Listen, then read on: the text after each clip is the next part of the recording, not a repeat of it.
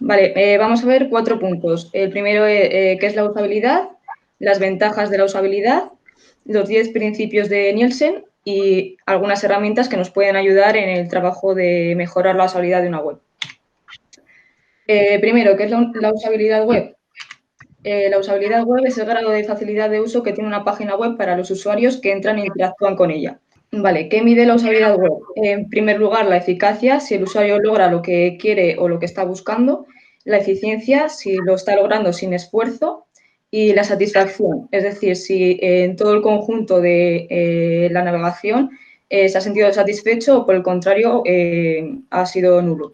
Las claves de la usabilidad serían, primero, tener un diseño limpio, una jerarquía definida y facilitar la navegación del usuario.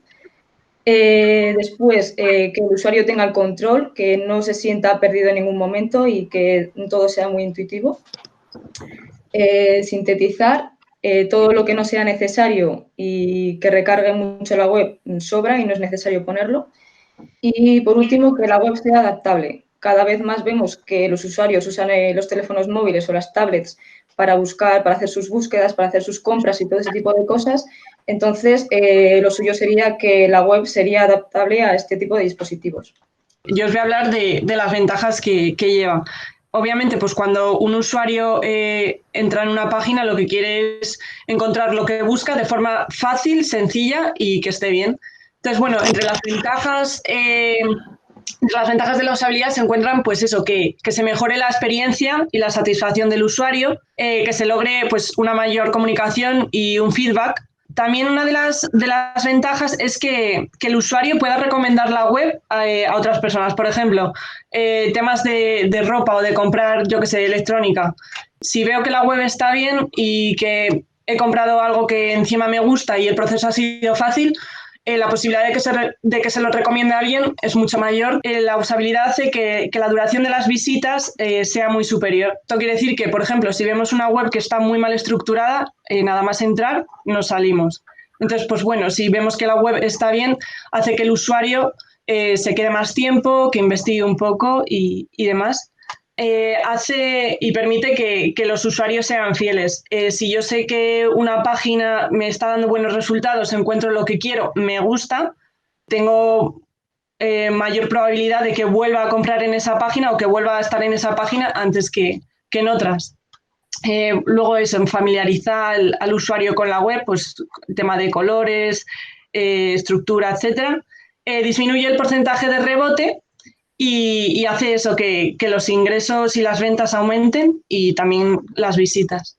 Vale, y ahora vamos con los 10 principios de Nielsen, que para los que no le conozcáis, Jacob Nielsen es un gurú danés que es considerado el padre de la usabilidad web y formuló los 10 principios de la usabilidad en 1995. Vale, empezamos con la visibilidad del estado del sistema. El usuario necesita ver en todo momento que lo que hace y cuando navega por la web lo está haciendo bien. Entonces, el sistema, que se entiende como la web, la app o cualquier producto digital, debe mantener siempre informado al usuario de lo que está ocurriendo y ofrecerle una respuesta apropiada y lo más rápido posible. Entonces, ¿qué tenemos que hacer? Siempre que el usuario realice una acción, tenemos que tener una respuesta y tiene que ser perceptible para el usuario. Por ejemplo, cuando tú clicas en el menú y clicas en una sección que en la mayoría de páginas web el botón cambia de estado o bien se pone con un sombreado, se queda como clicado. Después, que el tiempo de respuesta sea apropiado para cada tarea. O sea, es decir, si el usuario realiza una acción como clicar en el botón y el botón tarda 2 minutos en ponerse en otro color, pues la respuesta es fallida. Vale, ¿dónde podemos ver este tipo de cosas? Mensajes de confirmación, las barras de proceso. Cuando vosotros enviáis un formulario que después te redirija a una página de gracias, hemos recibido tu mensaje, lo hemos recibido correctamente o lo que sea. Que sería distinto si tú envías ese formulario y no recibes ninguna respuesta. Te quedarías como, ¿lo he enviado? ¿No lo he enviado? ¿Qué ha pasado con él? Después, las barras de proceso, pues por ejemplo, cuando subimos imágenes a Facebook o este tipo de cosas, que nos aparece una barrita con el proceso de, pues, cómo va. Después cambiar el estado de los elementos al pasar el ratón o hacer clic. Y las migas de pan o breadcrumb que indiquen al usuario dónde se encuentra dentro de la web. Vale, la relación entre el sistema y el mundo real. Tenemos que hablar el mismo mensaje que el usuario. El sistema tiene que hablar el mismo lenguaje y conectar con él. Tenemos que usar palabras, frases e imágenes que pueda reconocer con facilidad, que sean claras y manteniendo un orden lógico y natural. Y no tenemos que dar la posibilidad al usuario de que pueda equivocarse. Por ejemplo, el icono de la papelera. Siempre que el usuario ve una papelera, sabe que es para eliminarlo. Bien lo veas en el carrito de la compra, que sabes que es para eliminar el artículo que has añadido, o bien sea en el escritorio de tu ordenador, que sabes que es donde tienes los elementos que has borrado. Entonces, si yo a un usuario, en vez de ponerle la papelera, le pongo, yo qué sé, un oso panda, pues no va a saber que es ahí donde tiene que borrar. Vale, el siguiente punto es control y libertad de usuario, que esto se basa en el principio de que los usuarios, como seres humanos que somos, pues nos equivocamos. Entonces tenemos que darle la opción al usuario de remediar ese error. Entonces al usuario tenemos que ofrecerle la posibilidad de deshacer o de repetir una acción que previamente ha realizado. Además, sobre todo, es bastante importante con el uso del móvil porque en estos dispositivos es más fácil, o sea, digamos, es más fácil que en un escritorio igual equivocarse. Entonces tenemos que ofrecerle una salida que sea bastante clara. Y esto que va a hacer que el usuario tenga esa sensación de mayor libertad o de mayor control. Por lo tanto, igual no le importa tanto testear, utilizar la web de forma diferente porque no tiene miedo a equivocarse sabiendo que va a poder deshacer ese error en el momento en el que se equivoque.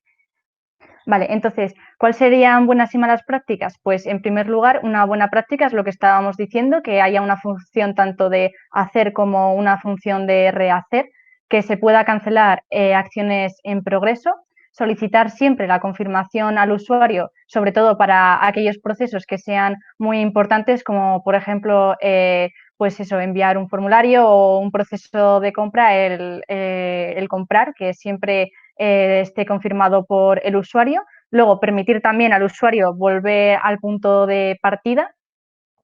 Y luego también que el usuario siempre sepa dónde está y dónde puede ir, que esto está un poco relacionado con lo que contaba Mónica antes. ¿Y qué no hacer? Por ejemplo, si estamos en una web y tenemos diferentes ventanas, tenemos que permitir al usuario que navegue sin ningún problema entre estas, no limitar el foco solo a una de ellas, que es consistencia y estándares, que básicamente se basa en que tenemos que ser coherentes en la web. Es importante siempre establecer unas convenciones lógicas y mantenerlas siempre, y el usuario no tiene por tener en cuenta que el usuario no tiene por qué saber que diferentes palabras, situaciones o acciones significan lo mismo. Entonces, ¿qué tenemos que tener en cuenta? Que tenemos que seguir un sistema homologado, es decir, elementos gráficos, el lenguaje y los colores tienen que ser consistentes a lo largo de toda la página web y también coherentes. Hay que seguir también con unos convenios establecidos. Es decir, que si, por ejemplo, un poco relacionado con lo que decía también Mónica antes, si, por ejemplo, existe el icono en los móviles del menú hamburguesa, que son las 3 rayitas horizontales, pues no inventarte un nuevo icono para un menú en móviles. Entonces, aquí básicamente se resume en lo que pongo en el siguiente punto, que es no te pases de creativo. Si un icono ya existe para algo, utiliza ese, no lo cambies. Y bueno, ¿cuáles serían buenas prácticas y malas prácticas? Pues buenas prácticas, respetar los formatos de la organización que tenemos a lo largo de toda la web y preservar la consistencia.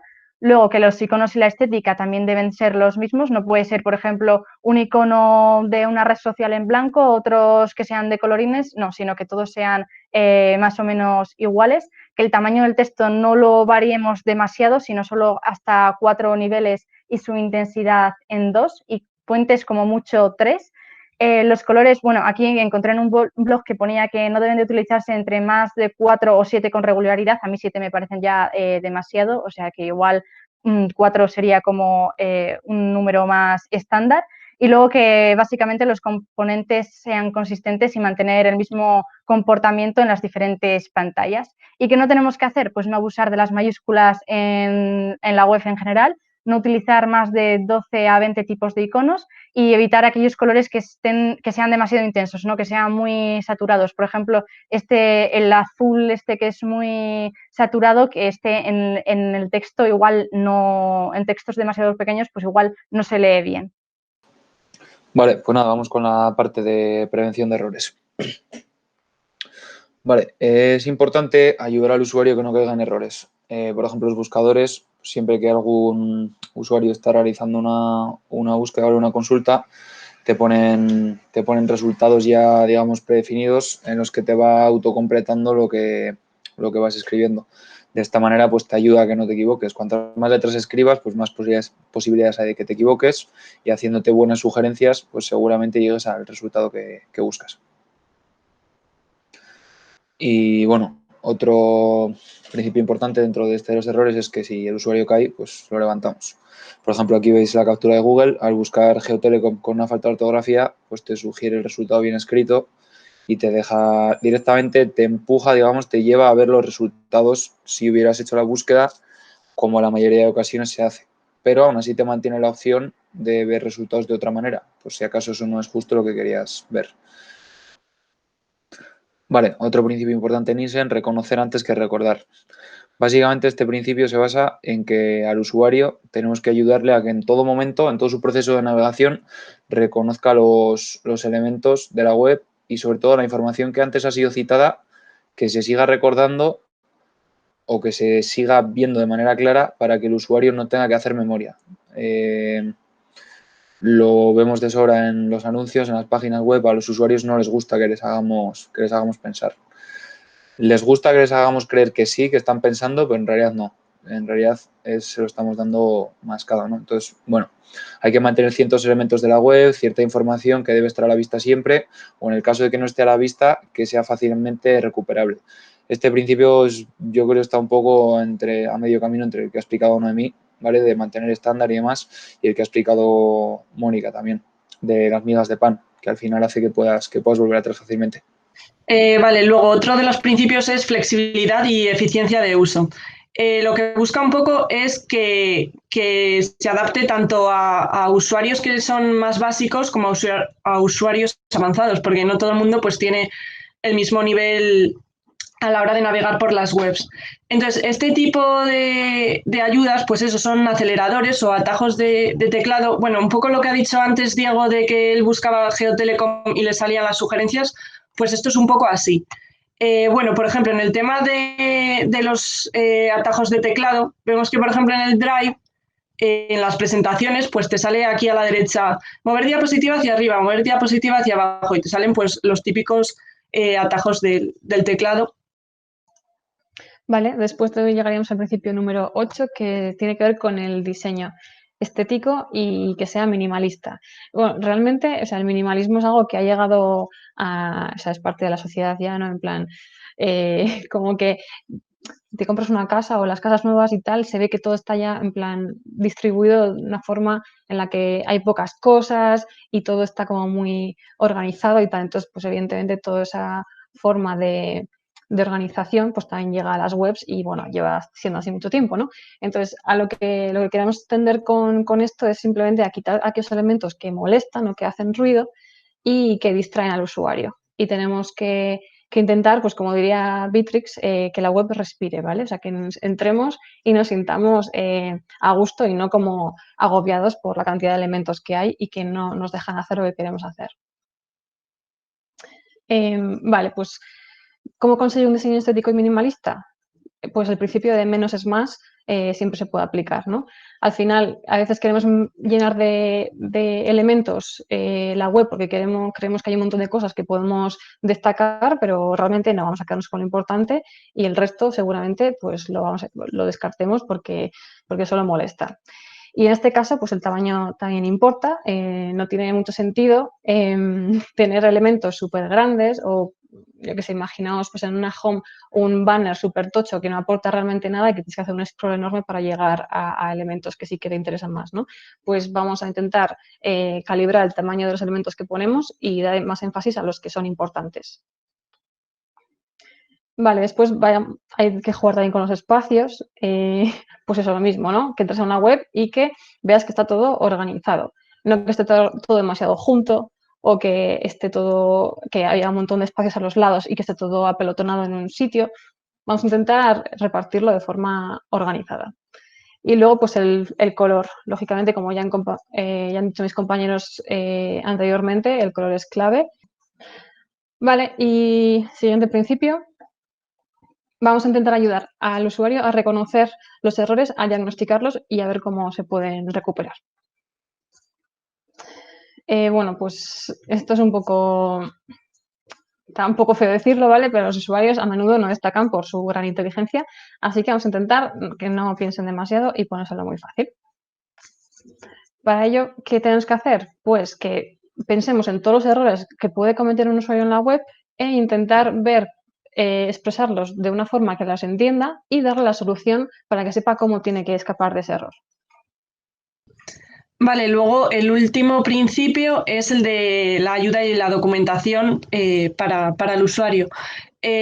Normalmente cuando estamos en una web y queremos ver, por ejemplo, el tema de los gastos de envío o así, o queremos consultar alguna duda, está súper bien el que nos salga pues ciertos iconos o ciertos apartados en los que podamos buscar esa ayuda que tenemos.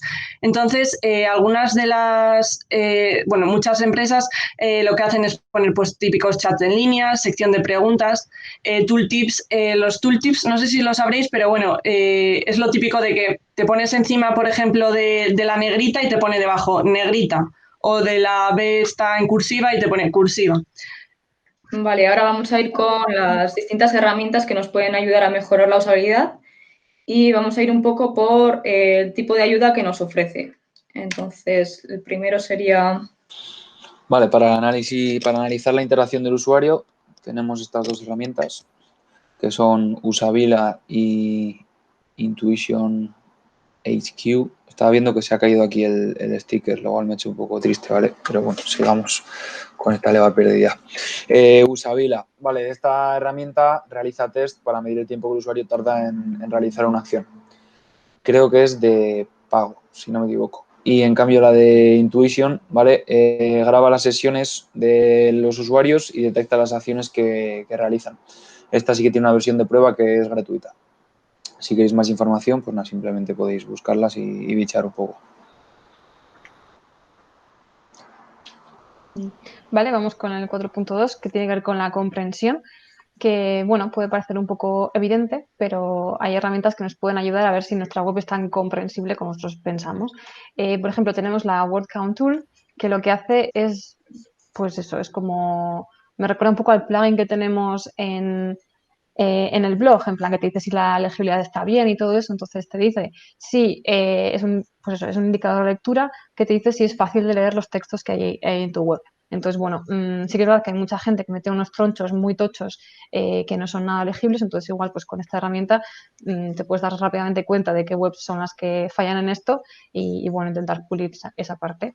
Y luego también tenemos una muy interesante que está guay y tiene que ver con todo lo que hemos hablado de los colores previamente, que se llama Check My Colors, y lo que hace es decirte si el contraste que tienes en tu página con los textos y con el color de la letra que has puesto está bien, o igual el fondo es demasiado oscuro, la letra es demasiado clara o lo que sea. Entonces también te hace como una especie de barrido rápido de está todo correcto o plantéate cambiar un poco los colores o lo que sea. Vale, en el número 3 tenemos la navegabilidad del sitio, que es fundamental para evitar que los usuarios abandonen antes de tiempo y antes de que realicen las acciones que nosotros queremos que realicen, como completar un formulario, añadir artículos al carrito o cualquier tipo de cosas que para nosotros consideremos que sean conversiones. Entonces, tenemos, por ejemplo, Usability Hub, que permite ver cómo los usuarios se mueven por la web, analiza clics, cuenta con mapas de calor, pruebas de embudo y determina dónde se pierden los usuarios. Después tenemos Bright Maps, que permite generar, administrar y compartir mapas de sitio y que estos mapas ayudan a indexar las URLs de la web y a posicionarse mejor. Luego tenemos Movie Ready, que permite medir la usabilidad web cuando se accede desde un móvil. Como hemos comentado antes, ahora mismo es como el principal dispositivo que usan los usuarios, entonces es muy recomendable que la usabilidad de tu web en dispositivos móviles sea óptima, porque al final las conversiones están aumentando cada vez más a través de los móviles. Ahora todo el mundo cuenta con un móvil, pero no con un ordenador. Entonces, seguirá creciendo y lo óptimo sería que la web para móvil esté totalmente optimizada y que desde el móvil puedas comprar, puedas enviar un formulario y todo este tipo de cosas. Porque si obligas al usuario a tener que encender su ordenador, meterse en la web y tal, al final es un usuario que has perdido.